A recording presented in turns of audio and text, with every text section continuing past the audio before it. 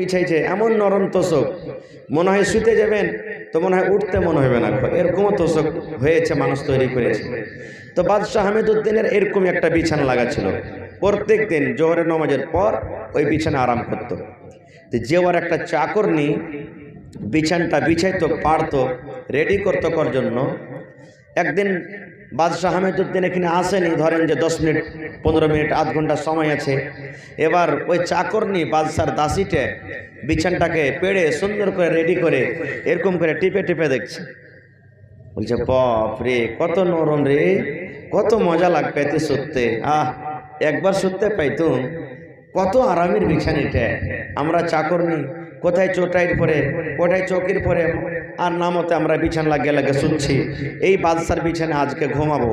বাদশাহ তো এখানে আধ ঘন্টা আসবে না, ওর আধ ঘন্টা হয়তো এখানে সময় আছে, আমি ওর আসতে না আসতে 10 মিনিট 15 মিনিট শুইতে এখান থেকে চলে যাব, দেখি বিছানে কি মজা আছে।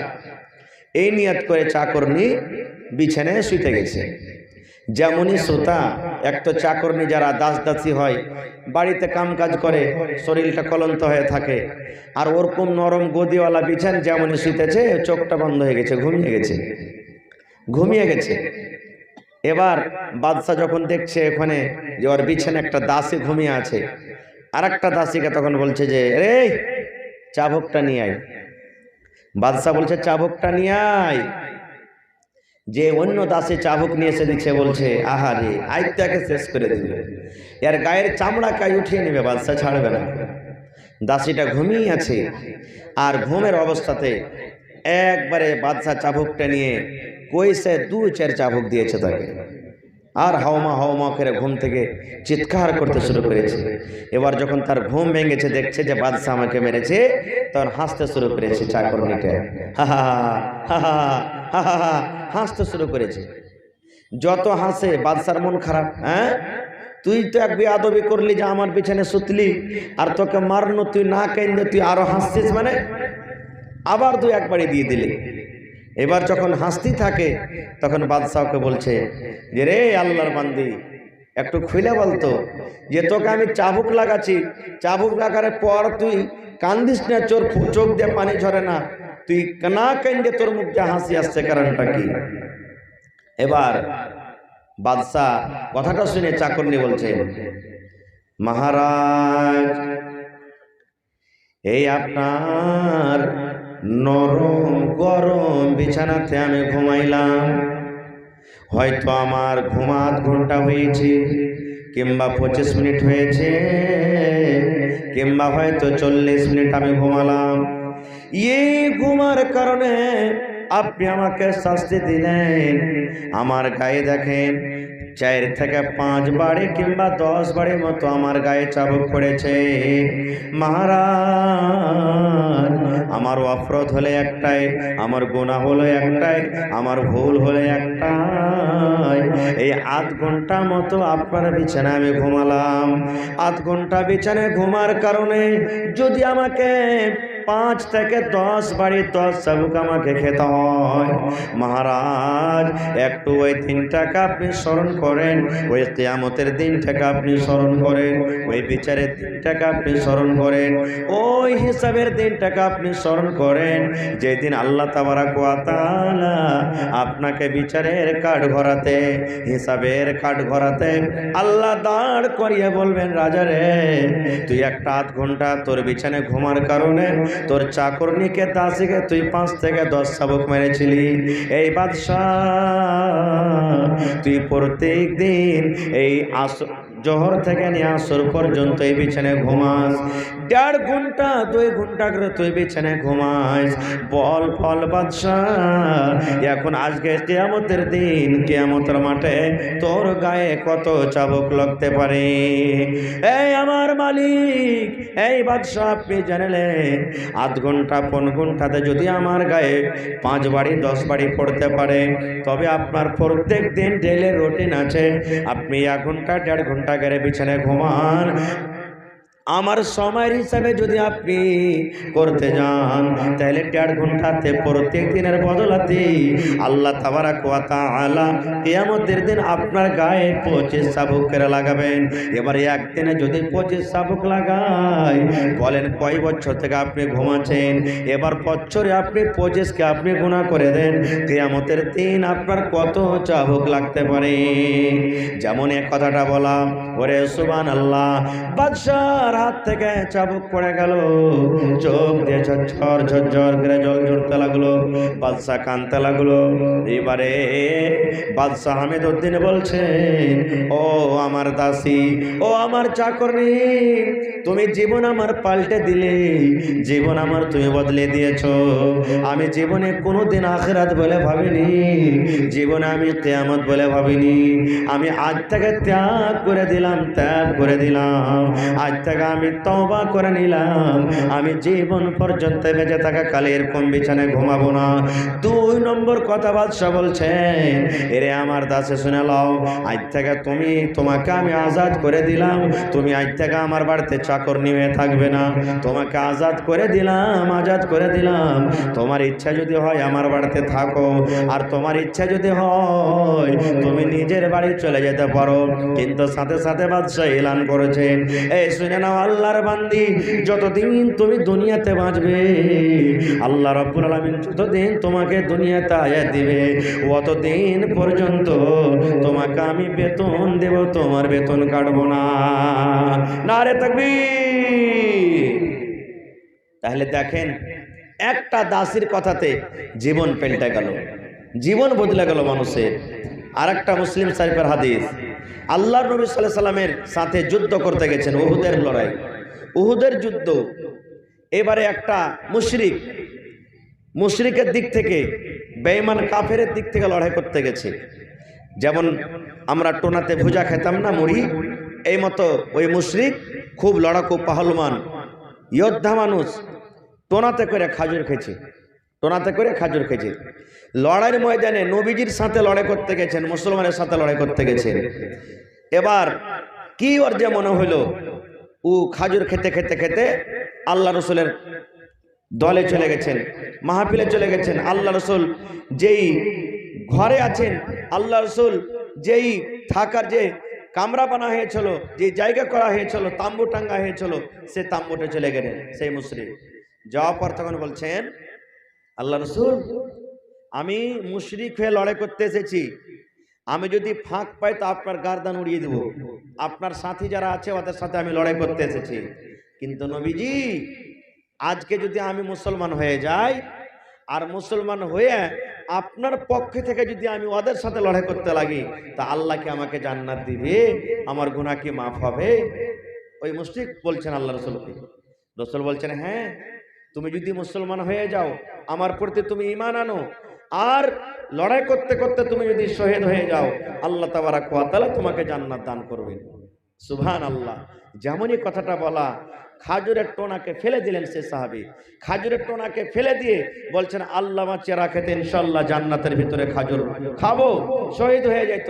আর যদি আল্লাহ বাঁচিয়ে রাখে তো পরে আমি খাজুর খাবো, আর এখন খাজুর খাবো না। খাজুর ফেলে দিলেন, নবীর হাতে হাত মিলায়ে কালেমা লা ইলাহা পড়ে মুসলমান হয়ে গেলেন। এবার তালওয়ার হাতে নিয়ে লড়াই করতে লাগলেন। ওরে সুবহানাল্লাহ! লড়াই করতে করতে, যুদ্ধ করতে করতে, ওই লড়ার ময়দানে লড়াই করতে করতে, যুদ্ধ করতে করতে, সুবহানাল্লাহ, এবার সেই সাহাবী দুনিয়া থেকে চলে গেলেন, ওই ময়দানে শহীদ হয়ে গেলেন, ওই যুদ্ধের ময়দানে শহীদ হয়ে গেলেন। জীবনে এমন একজন সাহাবী দুনিয়া থেকে মারা গেছেন, শহীদ হয়েছেন, যে জীবনে ঈমান আনার পর একটাও নামাজের টাইম পায়নি, সময় পায়নি, একটাও নামাজের ওয়াক্ত আসেনি। বিনা নামাজ পড়ে সে সাহাবী আল্লাহর জান্নাতে ঘোষণা হয়েছে। এক টাইমের নামাজ আসেনি, লড়াই করতে করতে শহীদ হয়ে গেলেন, জান্নাতে চলে গেলেন। তবে দেখেন, আল্লাহ তাবারাক ওয়া তাআলা যাকে হেদায়েত দিবেন তাকে কেউ রুখতে পারবে না। আর আল্লাহ তাবারাক ওয়া তাআলা কোন আমলে কখন কার রাজি হয়ে যাবে সেটা আল্লাহ জানে। যেমন একটা মহিলা নামাজ রোজা সব কিছু করত, বিলাইতে ওর বাড়িতে কিছু আকাম করে দিয়েছিল, নোকসান করে দিয়েছিল। একটা বিলাই, এই যে বিলাই আছে না, আমাদের বাড়িতে যে বিলাই থাকে, মাছ খেয়ে লাই, তরকারি খেয়ে লাই, মা খালারা খুব রাগে, লিস্সি লাগা বিলাই, বিলাইতে খেয়ে নিলাই, এরকম করলে ওইরকম করলে। তবে একটা মশলা জেনেলেন, আপনার বাড়িতে ভাত আছে, রুটি আছে, মাছ আছে, মাংস আছে, বিলাইতে যদি মুখ দিয়ে দেয় তো ওকে আপনি হারাম মনে করে ফেলে দিয়েন না। বিলাইয়ের ঝোঁটা পাক আছে, বিলাইয়ের ঝোঁটা পাক আছে, ওই ঝোঁটা যদি মুখ দিয়ে দেয় তো আপনি খেতে পারেন, ফেলতে হবে না। তো ওই বিলাই কি যে ওর ক্ষতি করেছিল আল্লাহ জানে। এবার রাগ করে দড়ি দিয়ে বিলাইটাকে খুঁটিতে বেঁধে রেখেছে, সে মহিলা খুঁটিতে বেঁধে রেখেছে। বিলাইটা ছুটতে পায়নি, ওকে খানাও দেয়নি, পানিও দেয়নি, ছেড়াও দেয়নি। বিলাই শুকিয়া শুকিয়া শুকিয়া শুকিয়া বিলাইটা মরে গেছে। এবার রসুল কি বলছেন জানেন? রে আমার উম্মত শুনে নাও, একটা মহিলা নমাজ পড়তো, রোজা করতো, দান সাদকা খায়রাত করতো, কিন্তু ওরে সুবহানাল্লাহ একটা বিলাইকে মেরে দেওয়ার কারণে, একটা বিলাইকে মেরে দেওয়ার কারণে আল্লাহ রাব্বুল আলামিন তারপরে নারাজ হয়ে আল্লাহ তাকে জাহান্নামে ঘোষণা করে দিলেন। ওই মহিলা যদি বিলাইটাকে নিজে না খেতে দিত, নিজে পানি না দিয়েছিল, যদি তার গলাখান খুলে দিত, ওই বিলাইটা হয়তো অন্য বাড়িতে যেত, হয়তো মাঠের দিকে চড়তে যেত, মাঠের দিকে চড়তে গিয়ে নিজের পেটটা ভরিয়ে নিত, বিলাইটা সুখে সুখে মরতক না। একটা বিলাইকে মেরে দেওয়ার কারণে রব্বুল আলামিন তাকে জাহান্নামে ঘোষণা করে দিলেন, একটা বিলাই মেরে দেওয়ার কারণে। এবার এর অপোজিট উল্টা একটা হাদিস আরো শুনেন।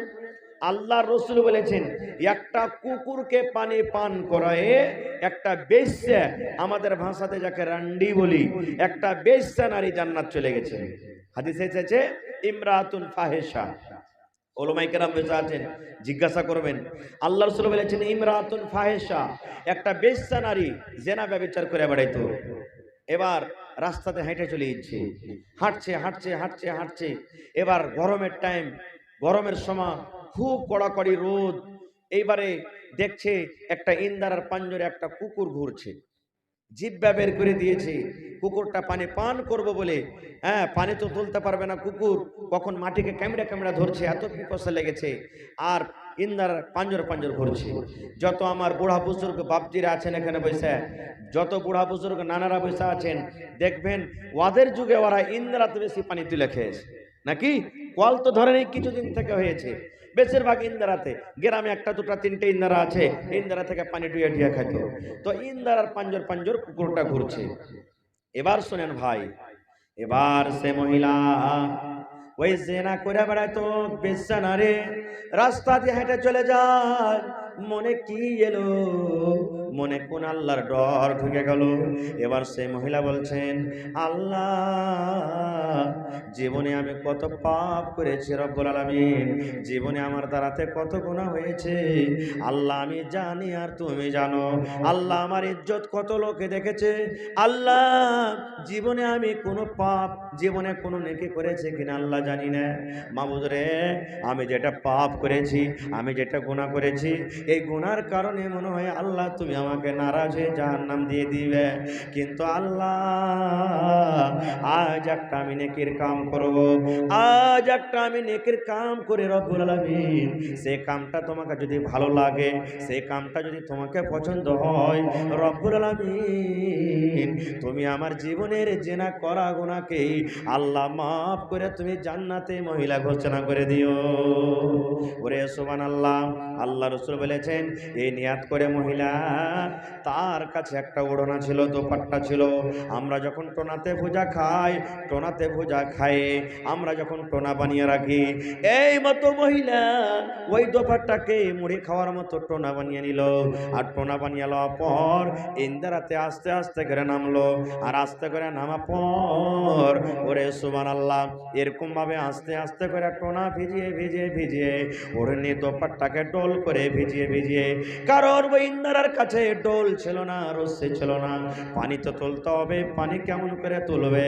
আল্লাহর নবী বলেছেন ওই ইন্দারাতে ওড়নি ডুবিয়ে ডুবিয়ে ডুবিয়ে ডুবিয়ে পানি তোলা হলো। এবার পানি তোলা পর ওই ইন্দারার পাঞ্জরে এরকম করে একটা গুল্লার একটা পায়ের এড়ে দিয়ে দিলেন, আর এড়ে দেওয়ার পর ওই কুকুরের জন্য পানি খানটাকে ঢেলে দেওয়া হলো। আল্লাহ রাসূল বলেছেন, ওই পুকুরে যখন পানি পেল, চেটে চেটে চেটে চেটে চেটে চেটে চেটে চেটে পানি পান করলো। পানি যখন পান করা হয়ে গেল, ওই কুকুর যে হাঁপছিল, জিভ বের করে দিয়েছিল, সেটা যখন তার বন্ধ হয়ে গেল, কুকুর যখন আরাম পেয়ে নিল, পানি পান করার পর ওখান থেকে যখন সেই কুকুর চলে গেল, আল্লাহ রসুলকে আল্লাহ তাবারাক ওয়া তাআলা সেই মহিলার ব্যাপারে আল্লাহ খবর দিয়ে দিলেন, নবী গো, আমি আল্লাহ তাবারাক ওয়া তাআলা ওই মহিলার পরে রাজি হয়ে গেলাম, আমি আল্লাহ তারপরে রাজি হয়ে গেলাম। জীবন পর্যন্ত জেনা ব্যভিচার করেছে, গুনার কাম করেছে, কিন্তু আজকে আমি একটা কুকুরকে ওই মহিলা পানি পান করালছি, পানি পান করার কারণে আমি আল্লাহ তাবারাক ওয়া তাআলা তার জীবনের গুনাহকে মাফ করে আমি আল্লাহ জান্নাতে করে দিলাম। এরে আমার মুসলমান ভাইরা মায়েরা খালারা শুনেন, কুকুর একটা কত বড় নাপাক জানোয়ার, কুকুর একটা কত বড় নাপাক জানোয়ার। কুকুরের মাংস খাওয়া হারাম, কুকুরের ঝোঁটা খাওয়া হারাম। শুধু তা নয়, আল্লাহ রাসূল বলেছেন, যদি তোমার কুকুরের রুটিতে মুখ দিয়ে দেয়, ওই রুটি তুমি খেও না, ফেলে দাও। তোমার ভাতে মুখ দিয়ে দেয়, ওই ভাতকে তুমি ফেলে দাও। তোমার তরকারিতে মুখ দিয়ে দেয়, ওই তরকারি তুমি ফেলে দাও। তোমার যদি কুকুরে আটাতে মুখ দিয়ে দেয়, ওই আটা তুমি ফেলে দাও। আল্লাহ রাসূল বলেছেন, এই আমার উম্মত শুনে নাও, কুকুর এত বড় নাপাক জানোয়ার। আল্লাহ রাসূল বলেছেন, যদি তোমার কুকুরে হাঁড়িতে মুখ দিয়ে দেয়, তোমার খোলাতে মুখ দিয়ে দেয়, তোমার থালিতে মুখ দিয়ে দেয়, তোমার ডোলে মুখ দিয়ে দেয়, তোমার গামলাতে মুখ দিয়ে দেয়, আল্লাহ রাসূল বলেছেন, ওই বারতানটাকে তোমাকে 7 বার করে ধুইতে হবে। 7 বার করে তুমি যখন ধোবে, তোমার বারতানটা পাক হবে। একবার মাটি দিয়ে মানতে হবে, কিংবা ছাই দিয়ে মানতে হবে, আর 6 বার এমনি এমনি করে ধুয়ে নিতে হবে।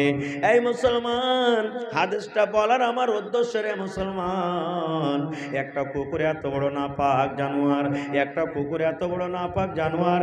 যদি কুকুর তরকারিতে মুখ দিয়ে দেয়, তরকারি ফেলতে হবে। বার্তানে যদি মুখ দিয়ে দেয়, 7 বার করে ধুইতে হবে। এরকম কুকুরকে যদি পানি পান করায়, আল্লাহ রাব্বুল আলামিন জিনার গুনাহকে মাফ করে আল্লাহ জান্নাতে ঘোষণা করতে পারেন। বলেন, আল্লাহর ঘর বানায় আল্লাহ রাব্বুল আলামিন কি আপনাদের জন্য জান্নাত দিবেন না? দিবেন? জোরে বলেন, দিবেন কি দিবেন না?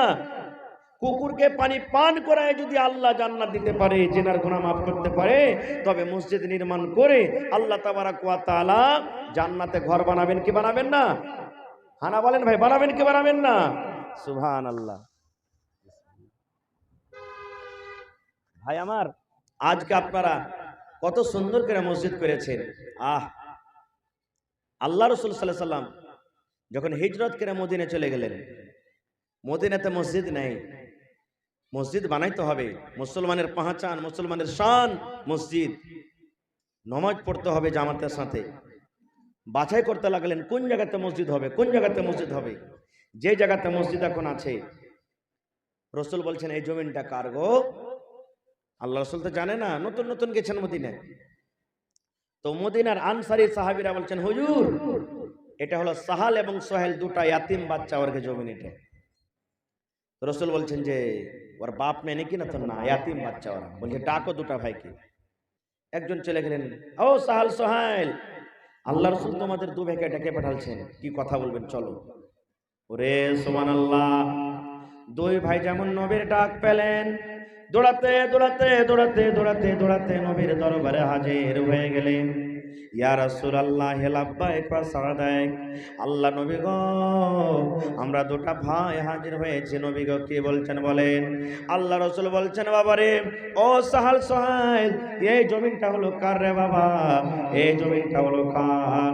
এবার সাহাল সোহেল দু ভাই বলছেন, ইয়া রাসূলুল্লাহ, আল্লাহ রাসূল গো, এই জমিন খানা হলো আমাদের দুই ভাই। আল্লাহ রাসূল বলছেন, বাবারে এই জমিনটাকে তোমরা বিক্রি করবে না রে বাবা, জমিন বিক্রি করে দাও, এই জমিন তোমরা বিক্রি করে দাও। এবার সাহাল সোহেল দুই ভাই বলছেন, ইয়া রাসূলুল্লাহ, আমরা কেন বিক্রি করব গো নবী, একটু খুলে বলেন। আপনি জমিনটা খরিদ করে কি করবেন? এই জমিনটাতে কি দরকার রয়েছে?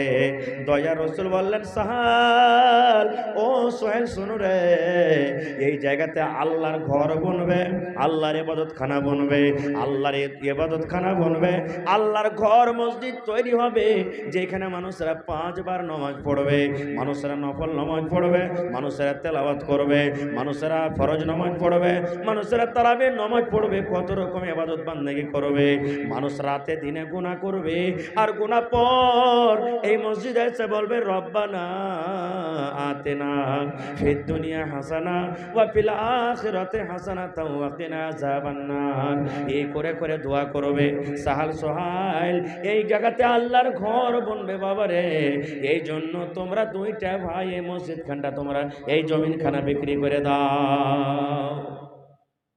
দু ভাই যখন শুনলেন যে এখানে ঘর বনবে, আল্লাহর ঘর, আর রাসূল বলছেন যে বিক্রি করে দাও, দু ভাই মাশওয়ারা করে বলছেন ইয়া রাসূলুল্লাহ, জমিন বিক্রি করব না গো দয়ার নবী, আমরা জমিন বিক্রি করব না।